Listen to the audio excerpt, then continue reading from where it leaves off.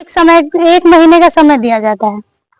तो अब मंत्री का कार्य था उस आदमी को ढूंढना, तो वो सभी जगह पे पूरे गांव में हल्ला कर देता है, ये बात बता देता है सभी को कि ऐसे आदमी को ढूंढना है जो मन की बात पढ़ सके। तो सब लोग ढूंढते हैं, लेकिन ऐसा कोई भी आदमी किसी को नहीं मिलता है।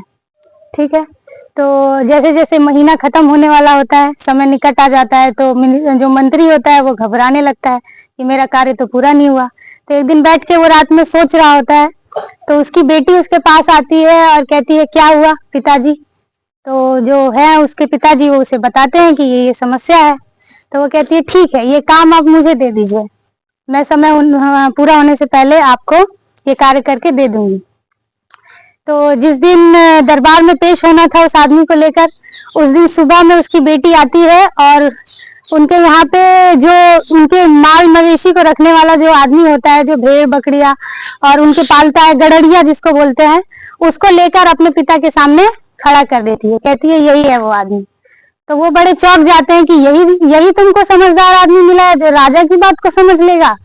लेकिन फिर वो अपनी बेटी पे विश्वास करके उसको ले जाते हैं। तो सभी लोग उस दिन दरबार में इकट्ठा हो जाते हैं और फिर बात आती है कि कौन है वो आदमी। तो फिर उस गड़रिये को सामने खड़ा कर दिया जाता है। तो सब बोलते हैं कि राजा आप सोचिए, आपको क्या सोचना है। तो राजा कुछ सोचते हैं और ऐसे दिखाते हैं। ठीक, क्या दिखाते हैं? एक।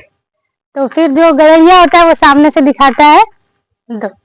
ठीक है, तो फिर राजा दिखाते हैं 3 और फिर जो गड़रिया होता है वो तेजी से मुंडी हिला के वहां से भाग जाता है। ठीक है, अब किसी को कुछ समझ आया? किसी को समझ आया? नहीं आया। वहां भी दरबार में किसी को समझ में नहीं आता है। ठीक है, तो सभी लोग परेशानी में राजा से पूछते हैं, जरा समझाइए इसका मतलब क्या था। तो गड़रिया तो भाग चुका है वहां से। राजा समझाते हैं कि एक का मतलब है कि मैं ही सबसे महान हूँ, मैं ही सबसे तेज हूँ, मैं ही सबसे बलवान हूँ, मेरे से बड़ा कोई नहीं है। तो गड़रिया क्या दिखाता है? 2 कि आपके अलावा भी कौन है महान? भगवान, गॉड। ठीक है, आपसे भी बड़ा कौन है? गॉड। तो फिर राजा क्या दिखाता है कि हमसे भी बड़ा तीसरा कोई दूसरा है, मतलब तीसरा भी कोई अन्य है जो हम दोनों से भी बलशाली है। तो गड़रिया क्या करता है?